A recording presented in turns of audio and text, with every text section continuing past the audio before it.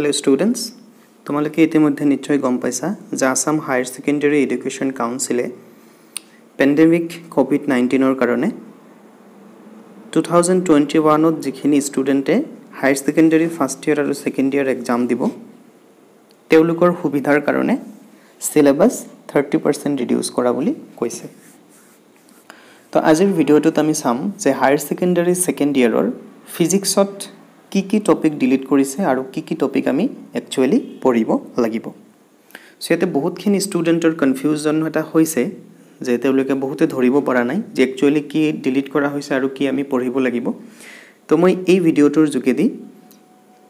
সেই কনফিউজনখিনি আঁতৰ কৰাৰ কাৰণে চেষ্টা কৰিম। তো তোমালোকে শেষলৈকে ভিডিওটো চাবা, লগতে ভিডিওটো তোমালোকৰ ফ্ৰেণ্ডৰ লগতো শেয়াৰ কৰিবা। তো এই গোটেই সিলেবাসটো বুজাৰ কাৰণে আমি যেটো অৰিজিনাল আমাৰ সিলেবাস আছে 2018 ৰ যেটো সিলেবাস আছে ফিজিক্সৰ সেই সিলেবাসটো আমি চাব লাগিব। এটোৱে হল আমাৰ একচুয়াল ফিজিক্সৰ সিলেবাস 2018 ৰ। এইখিনিতে মই এটা কথা মেনশন কৰি থও যে ইয়াতে যেটো সিলেবাস আছে এই সিলেবাসৰ পৰা অলৰেডি কেটামান টপিক 2019 তে ডিলিট কৰা হৈছিল। সো ইয়াতে আপডেটেড সিলেবাসটো আৰু কাউন্সিলে আপলোড কৰা নাছিল ওয়েবসাইটত, এতিয়াও পুৰণা সিলেবাসটো আছে। তো পুৰণা সিলেবাসৰ পৰা কেটামান টপিক ডিলিট কৰা হৈছে আৰু ইয়াতে তোমালোকে যেটো মাৰ্ক ডিস্ট্ৰিবিউশন দেখিছা সেই মাৰ্ক ডিস্ট্ৰিবিউশনটো already modify unit wise check কৰো যে 2021 ৰ কাৰণে কোন কেটা টপিক আমাক নালাগিব আৰু কোন কেটা টপিক আমাক লাগিব।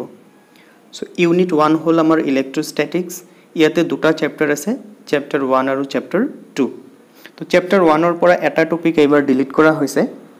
হেতু হল গাউসেস লৰ যেটো লাষ্ট এপ্লিকেশন আছিল হেতু ইউনিফৰ্মলি চাৰ্জড থিন স্ফেৰিক্যাল শেল। এই টপিকটো ডিলিট কৰা হৈছে আৰু 2019 ত সেকেন্ড চ্যাপ্টাৰৰ ভেন ডায়াগ্ৰাফ জেনাৰেটৰটো ডিলিট কৰিছে। তেনেহলে আমি কনক্লুজনত কি ক'ব পাৰো যে ইউনিট 1 ৰ পৰা এই দুটা টপিক আমাক এইবাৰ নালাগে। তো আমি ইউনিট 2 তাহিছো। ইউনিট 2 হল আমাৰ কাৰেন্ট ইলেক্ট্ৰিসিটি। ইয়াতে এটা চ্যাপ্টাৰ আছে, চ্যাপ্টাৰ 3। তো চ্যাপ্টাৰ 3 ৰ পৰা এই কেটা টপিক ডিলিট কৰা হৈছে, carbon resistor, colour code for carbon resistor, series and parallel combination of resistor. এইখিনি আমাৰ কি কৰা হৈছে, ডিলিট কৰা হৈছে। তো এইখিনি আমি নপঢ়িলেও হ'ব। নেক্সট আমি ইউনিট 3 যাও। ইউনিট 3 হল আমাৰ magnetic effects of current and magnetism. ইয়াতে দুটা চ্যাপ্টাৰ আছে, চ্যাপ্টাৰ 4 আৰু চ্যাপ্টাৰ 5। তো ইয়াতে চ্যাপ্টাৰ 4 ৰ পৰা সাইক্লোট্ৰন ডিলিট কৰা হৈছে আৰু চ্যাপ্টাৰ 5 ৰ পৰা এই কেটা টপিক ডিলিট কৰা হৈছে, magnetic field intensity due to bar magnet, লগতে torque on a magnetic dipole in magnetic field, para dia and ferromagnetic substances with examples আৰু electromagnets and factor affecting their strengths আৰু permanent magnet। so এইখিনি topic এবাৰ আমি নপঢ়িলেও হ'ব। Next আমি unit 4 ত যাও। ইউনিট 4 হল electromagnetic induction and alternating current. ইয়াতে দুটা চ্যাপ্টার আছে, চ্যাপ্টার 4 আৰু চ্যাপ্টার 6। চ্যাপ্টার 4 ত এটা টপিক আছিল আগতে growth and decay of currents in DCLR and RC circuit. এইটো টপিক 2019 তে কাটিছে আৰু ইন্টাৰেস্টিংলি এই টপিকটো আমাৰ এনসিআৰটি কিতাপতো নাই।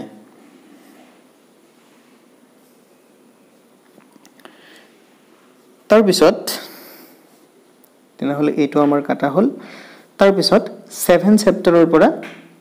পাৱাৰ ইন এসি সাৰ্কিট আৰু ওয়াটলেস কাৰেন্ট এইখিনি এইবাৰ ডিলিট কৰা হৈছে। তাৰ বাকি যিমানখিনি আছে আমি পঢ়িব লাগিব।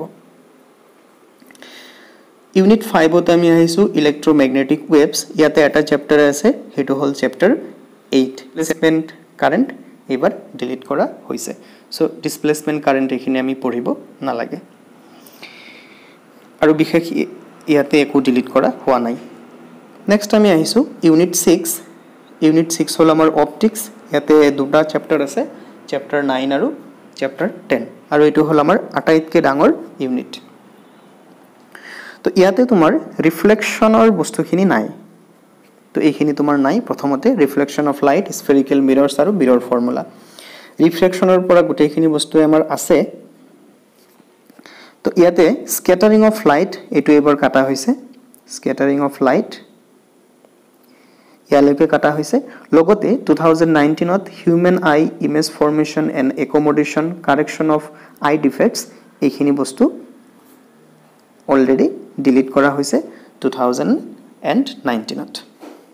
তো এই গোটেইখিনি বস্তু আমাক এইবাৰ নালাগে আৰু বাকিখিনি আমাৰ লাগিব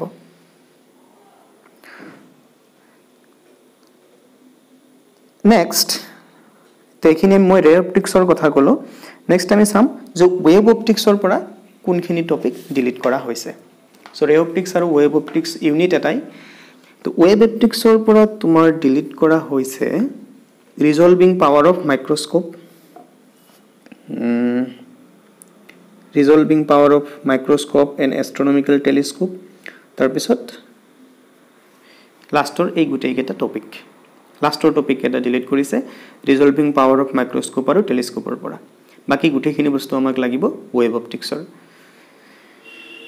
তাৰ পিছত এবাৰ আমি পিছৰ ইউনিটলৈকে আহিছো হেতু হল dual nature of matter and radiation unit 7 আৰু ইয়াতে এটা চ্যাপ্টাৰ আছে চ্যাপ্টাৰ 11 ইয়াৰ লাষ্ট টপিকটো ডিলিট কৰা হৈছে ডিভিজন জাৰ্মাৰ এক্সপেৰিমেন্ট আৰু বাকি গোটেইখিনি আছে নেক্সট ইউনিট 2 হল ইউনিট 8 এটম এণ্ড নিউক্লিয়াই ইয়াতে দুটা চ্যাপ্টাৰ আছে চ্যাপ্টাৰ 12 আৰু চ্যাপ্টাৰ 13 তো চ্যাপ্টাৰ 12 যেটো এটম নামৰ চ্যাপ্টাৰ আছে তাৰ পৰা কোনো টপিক ডিলিট কৰা হোৱা নাই 13th চ্যাপ্টাৰ তাৰ মানে নিউক্লিয়াৰ পৰা কেটামান টপিক ডিলিট কৰা হৈছে তাৰ পৰা তোমাৰ ডিলিট কৰা হৈছে ৰেডিও এক্টিভিটিৰ যিখিনি বস্তু আছিল সেই গোটেইখিনি বস্তু ডিলিট কৰা হৈছে সো ৰেডিও এক্টিভ ডিকেলৰ ভিতৰত যিখিনি তোমাৰ হাফ লাইফ আৰু মিন লাইফ আছে সেইখিনিও ডিলিট কৰা হৈছে লগতে ডিলিট কৰা হৈছে binding energy of nucleon and its variation with mass number এইখিনি বস্তু আমাৰ ডিলিট হৈছে নিউক্লিয়াৰ ফিউজন এইবিলাক কিন্তু ডিলিট হোৱা নাই ফাইন বুজি পালা নিউক্লিয়াৰ চ্যাপ্টাৰৰ পৰা ৰেডিও এক্টিভিটিৰ গোটেই বস্তুখিনি ডিলিট হৈছে একেবাৰে half life and mean life এইখিনি লৈকে আৰু binding energy of per nucleon and its variation with mass number এই টপিকটো ডিলিট হৈছে তাৰ পিছত আমি ইউনিট 9 লৈকে আহো ইউনিট 9 ত কেইবাটাও টপিক ডিলিট হৈ আছে 2019 আৰু 2020 মিলি কেনে তো এইবাৰ তোমাৰ ডিলিট কৰা হৈছে ইলেক্ট্ৰনিক ডিভাইস যেটো ইউনিট 9 আছে কৈ থাও ইয়াতে তোমাৰ চ্যাপ্টাৰ 14 আছে চ্যাপ্টাৰ 14 অকল এটা চ্যাপ্টাৰ এইটো ইউনিটত আছে সেমিকন্ডাক্টৰৰ যেটো চ্যাপ্টাৰ ইয়াৰ পৰা তোমাৰ ডিলিট কৰা হল জিনাৰ ডায়োড ডিলিট কৰা হৈছে আৰু Zener diode as voltage regulator এইবাৰ এইখিনি ডিলিট কৰিছে আৰু 2019 ত অলৰেডি কিছুমান টপিক ডিলিট হৈ আছিল হেতু হল আমাৰ transistor as an amplifier transistor as an amplifier and oscillator এইখিনি বস্তু আমাৰ অলৰেডি ডিলিট হৈ আছিল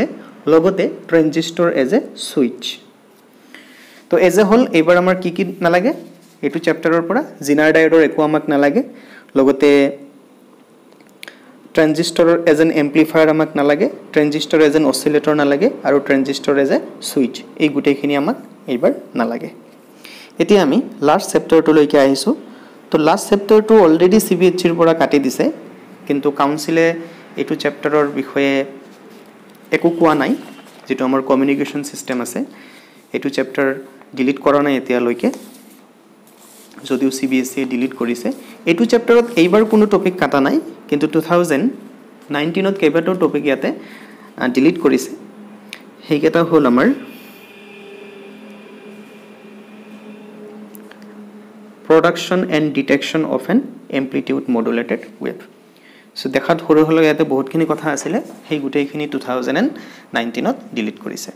তো এইখিনি আছিল লগতে প্ৰ্যাকটিক্যাল আছে প্ৰ্যাকটিক্যালৰ কথাখিনি কৈ থও তো এইবাৰ প্ৰ্যাকটিক্যালত 12টা এক্সপেৰিমেন্টৰ জাগাত 8টা এক্সপেৰিমেন্ট কৰিব লাগিব লগতে প্ৰজেক্ট আৰু এক্টিভিটি তো আমাৰ প্ৰজেক্ট আৰু এটা এক্টিভিটি কৰিব লগা আছিল আৰু নহলে দুটা এক্টিভিটি কৰিব লগা আছিল সেইখিনি বস্তু ডিলিট কৰিছে তো সেইখিনি বস্তু ডিলিট কৰাৰ পিছত এতিয়া এক্সামত ষ্টুডেন্টে কিমানটা প্ৰ্যাকটিক্যাল কৰিব লাগিব নাইবা এটা প্ৰ্যাকটিক্যালত কিমান মাৰ্ক থাকিব কাৰণ যি দুটা টপিক ডিলিট কৰা হৈছে তাতে 4+4 টোটাল 8 মাৰ্ক আছিল সেই 8 মাৰ্ক খিনি এতিয়া কোড যাব সেই বিষয়ে সিলেবাসত একো মেনশন কৰা নাই তো যেহেতু সিলেবাসত মেনশন কৰা নাই গতিকে ময়ো ক'ব নোৱাৰিম যে সেইখিনি তোমাৰ কি হ'ব প্ৰ্যাকটিক্যাল এক্সামত মাৰ্ক ডিস্ট্ৰিবিউশন কেনেকুৱা হ'ব নিশ্চয় তাৰ কাৰণে সেপাৰেট নোটিফিকেশন পিছত আহিব এতিয়া কথা হ'ল যদিও 30% সিলেবাস ৰিডিউস কৰাৰ কথা কৈছিলে কিন্তু প্ৰ্যাকটিক্যালি হাৰ্ডলি 10% সিলেবাস ৰিডিউস হৈছে তোমালোকে নিশ্চয় গমেই পাইছা যে ম্যাক্সিমাম বস্তুৱে মানে ৰিডিউস কৰিব পৰা বস্তু তেওঁলোকে ৰিডিউস কৰা নাই আৰু যিখিনি ৰিডিউস কৰিছে কিছুমান টপিক দেখাত বহুত ডাঙৰ কিন্তু একচুয়ালি বহুত সৰু আমি যদি ৰে অপটিক্সৰ এইটো টপিক আমি চাও scattering of light blue colour of sky and reddish colour of the sun at sunrise and sunset লিখাত বহুত দীঘল কিন্তু ইয়াতে একচুয়ালি আমি পঢ়িব লগা বস্তু অকমানহে আছিল সো এনেকে পাৰ যিয়ে নহওক এনেকে আমাৰ যেহেতু সিলেবাসটো দিছে নোটিস দিছে আমি হেইমতে ফলো কৰিব লাগিব তোমালোকে হেইমতে পঢ়িব লাগিব সো মই তিনিটা ডকুমেন্টৰ যেটো ডাউনলোড লিংক আছে সেইখিনি মই ডেসক্ৰিপচন বক্সত দি দিম তাৰ পৰা তোমালোকে ডাউনলোড কৰিব পাৰা আৰু যদি তোমালোকৰ কিবা কোৱেশ্চন থাকে কিবা নুবুজা থাকে কমেন্ট বক্সত সুধিব পাৰা